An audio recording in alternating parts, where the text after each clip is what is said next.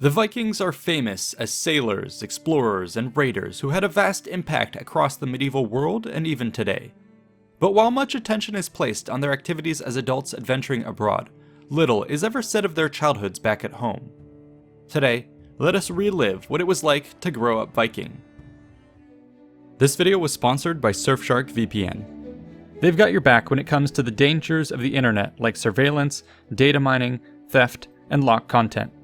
In addition to top-of-the-line industry offerings, Surfshark VPN's awesome features also include multi-hop, which lets you connect using 2 different servers for increased security, whitelister, which allows apps or sites of your choosing to bypass the VPN for things like banking, clean web, which blocks malware, trackers, phishing, and ads, kill switch, which protects against accidental exposure if the server connection gets interrupted, and no borders mode, which maximizes your access in the most restrictive of regions.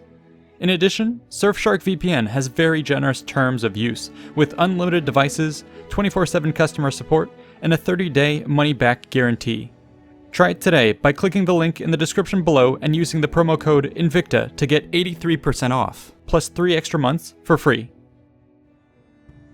When we speak of the Vikings in this video, it is important to clarify that we are broadly talking about the medieval Scandinavians of the late 8th to mid-11th centuries AD. Their homeland consisted of a huge realm shaped by the last ice age, whose retreating glaciers left behind an impressive geography of deep-cut fjords, long valleys, extensive lakes, and numerous islands. These were filled with rich natural resources and covered by dense woodland, which were plunged into long, harsh winters and milder summers each year. Such incredible terrain of Scandinavia was the home of many communities, which had existed for millennia. The largest ethnic group were the Indo-Europeans of Germanic origin who practiced a mostly settled lifestyle. Generally speaking, they shared a common language base, material culture, social structure, value system, religion, and set of traditions, though of course many differences revealed themselves upon closer inspection. During the Viking Age, scholars have estimated that there were perhaps a few 100,000 of these people scattered across the most habitable pockets of land, with geography playing a huge role in molding their social development. For instance, in Denmark, concentrated populations, warmer climates, and fertile land yielded a more or less unified kingdom by the 8th century AD, with greater amounts of advanced industry. Meanwhile, the more scattered communities of Norway and Sweden were split up into a series of petty kingdoms with less sophisticated economies, especially at the northern extremities. Yet while all of these would trend towards increased consolidation and complexity as the centuries rolled by, it should be emphasized that the individual remained far more closely associated with their immediate regional group, rather than any larger national entity as we might think of it today. It is thus within this local community that one would grow up Viking. So what were they like? Well, most Viking settlements were rather small, farm-based communities placed adjacent to a source of fresh water. These tended to feature clusters of longhouses within which would live one's immediate family, as well as some relatives, servants, slaves, and even livestock. Additional outbuildings helped provide storage or other domestic needs and would be enclosed by fences. Beyond these lay fields for grazing and cultivation, with roads leading to more distant facilities and other communities. It was also quite common to see a dock nearby for the purposes of fishing, trading, and raiding. The vast majority of settlements boasted a population of well under 100 people, while the more important trade hubs, such as Hedeby, reportedly peaked in the low thousands. Each of these locations would contain a slice of the social order, which was composed of nobles, freemen, and slaves, with many gradations within each group. The nobles, or jarls, held great wealth, land, and prestige. They often lived in fine halls on large estates, with many nearby dependents. Their power was actually quite limited and relied in large part on the personal bonds they formed with supporters. The freemen, or carls, were the bulk of the population, which consisted of farmers, craftsmen, laborers, merchants, warriors, and all sorts of other regular people. They lived in a variety of dwellings, which were usually simpler and smaller than their social superiors. Lastly, the slaves, or thralls, were the lowest social group, with virtually no rights, who were owned as property and passed their status on to their children. They were often imported by merchants or captured by raiders. Okay, so now that we've outlined the Viking community, let's now talk about what it was like to grow up in one. We will begin with the birth of a Viking. Childbirth was exclusively a woman's affair involving the mother and female helpers. These midwives would employ a wide range of physical and magical activities as a part of their duties. For instance, special charms, runes, and Galdr songs were used to ward against potential pain and difficulties. Other precautions involved a host of superstitious traditions, such as the loosening of knots around the home to ease the childbirth. In addition, a delivery room, often the bath chamber, was cleaned and prepared. On the long-awaited day of birth, the mother would begin typically kneeling on the floor before gradually shifting to a low squat. Midwives would assist throughout the process and receive the baby. Childbirth was fraught with danger for both mother and child. Women often had children at a young age, and without reliable forms of birth control, went through frequent pregnancies, which increased the risk of complications. Meanwhile, children were threatened by the health of the mother, poor hygienic conditions, the prevalence of diseases, and the possibility of being abandoned in the elements if unwanted. These factors led to quite high infant mortality rates in the Viking Age. If, however, a newborn Viking made it through this initial gauntlet, they would celebrate their first formal milestone, receiving a name. This was an important event that occurred shortly after birth and signified their entry into society. Any time thereafter, the abandonment of a named child would be considered murder. The naming ceremony itself involved sprinkling water over the baby in what was called the Vatni and making a sign in the air in the form of Thor's hammer. This sort of pagan Viking baptism was then followed up by the giving of gifts from friends and family members.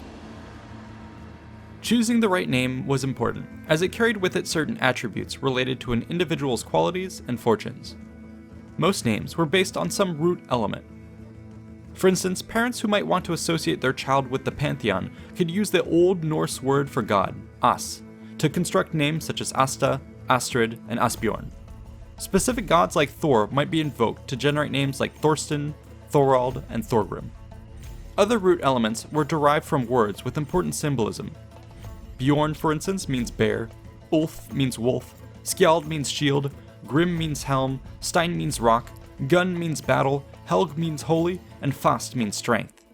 These different elements could be combined to produce names like Asbjorn, meaning god bear, or Gunnulf, meaning battle wolf. Conventions dictated the specific combinations one could form, and which might be feminine or masculine. It was also common for siblings to share the same root, as with Olaf, Ulfir, and Otar, or Haldor, Halli, and Halbera. Other times, names were simply used because they were popular, with no apparent meaning behind them, or at least none that could be readily made out from contemporary Norse. Another important naming tradition involved one's relatives. Children, for instance, often inherited the name of an ancestor, whose good traits or fortune might hopefully pass to them. If a relative died while a child was in the womb, that baby would usually receive their name, and if a father died before a son was born, it would take on his name. Another way family ties were preserved was through the patronymic system, whereby children were given the surname son of or daughter of. For instance, a man named Svein may yield a son with the last name Sveinsson, and a daughter with the name Sveinsdotter. Additional nicknames would often be associated with individuals later in life based on their physical traits, habits, occupation, or other identifiers. You might be called Skinny, Horsehead, Fairhair, Clumsy, Brave, Bloodaxe, Pegleg, Red Shield, Bluetooth, Big Tits, Bearded Man from Mossur, or my favorite Viking name, Crooked Butt. Once named, a baby would officially join a family with the right of inheritance. As a new addition to a Viking family, they would live within the typical household, which included 2 parents, a few children, some relatives, and a couple servants. The father held authority over the child, but it would be the mother who would be the primary caregiver. She might call on others within the household for assistance, or even get help from their wider social network, which included aunts, uncles, grandparents, and neighbors. As with most babies, Vikings spent much of their time sleeping and eating. Mothers would bundle them up for warmth and carry them around in simple slings while performing their other duties. They would have breastfed for most of their meals and only slowly been introduced to the Viking diet as they aged. When parents fed their children, they would be on the lookout for the appearance of their first tooth, which was cause for celebration and gift-giving. With each passing year would be more reason to rejoice if a child stayed in good health. However, we don't know of any specific traditions involving birthdays in these early years. The older a child got, the more they would interact with the world around them. This at first took the form of simple observation, which even by itself brought many lessons. After all, Viking homes were hardly private settings, and a child could be exposed to everything from sex to death. This was life, and they had to grow up fast. Thus, from an early age, Viking children would be guided towards developing useful skills for their future as productive members of society. For example, we have records of many children's toys which mimic the activities of adults. A simple stick and string might be fun to whirl about, but it also taught one how to handle a spindle used for making textiles. A toy boat, or fishhook, could get one comfortable around water and endear a child to the sea, while a wooden sword might lead to mock fights that prepared Vikings for real conflict.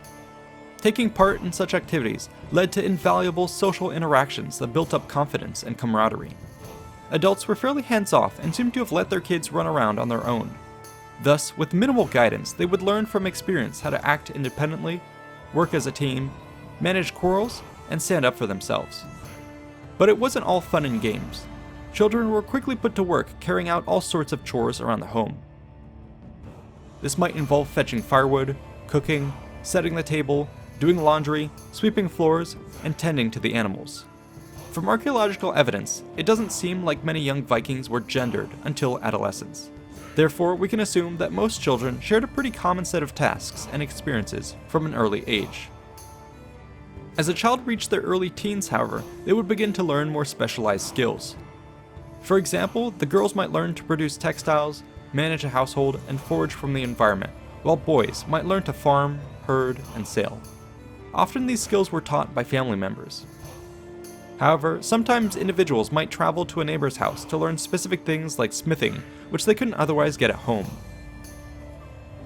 The more extreme version of this was the practice of fosterage, whereby children would actually be sent to be raised in someone else's household.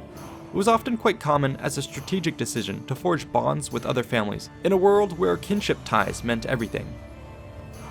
As teens got older, they would continue to play, do chores, and train. Much of this came in the form of practical experience, which is to be contrasted with the more formalized schooling of later years brought about by the rise of Christianity, which emphasized skills like reading and writing. In most places, these youths would legally be considered adults by the age of 16, with all the responsibilities that came with it. Generally, sons would be able to choose their career paths as farmers, warriors, or traders, while daughters had more limited choices dictated by their parents. Entering into the equation would also be romantic entanglements. These would occur as a natural consequence of living in fairly small, close-knit communities with many social gatherings such as feasts, ceremonies, markets, and fairs. Viking teens were fairly free to pursue each other to some degree, but ultimately serious relationships that ended in marriage were political affairs negotiated and arranged between families. Even still, the participants did have some input in the matter, and there was expected to be a degree of courtship which might involve a groom bringing a potential bride flowers and sharing poetry, while she returned the favor in kind with a homemade shirt and pleasant conversation. For girls, marriage might come in their early teens, while for boys it tended to occur a bit later. Exceptions of course did occur, but generally speaking, the sooner a suitable match could be made, the better. Thus, by their 20s, most Vikings would have grown up and been ready to raise the next generation. I hope you've enjoyed this look at growing up Viking. Stay tuned for more episodes as we continue to explore their fascinating civilization. A huge thanks is owed to our supporters on Patreon, and the many talented researchers, writers, and artists who made this video possible. Please consider contributing to fund future content, and let us know what topics you want to see covered next. Thanks for watching.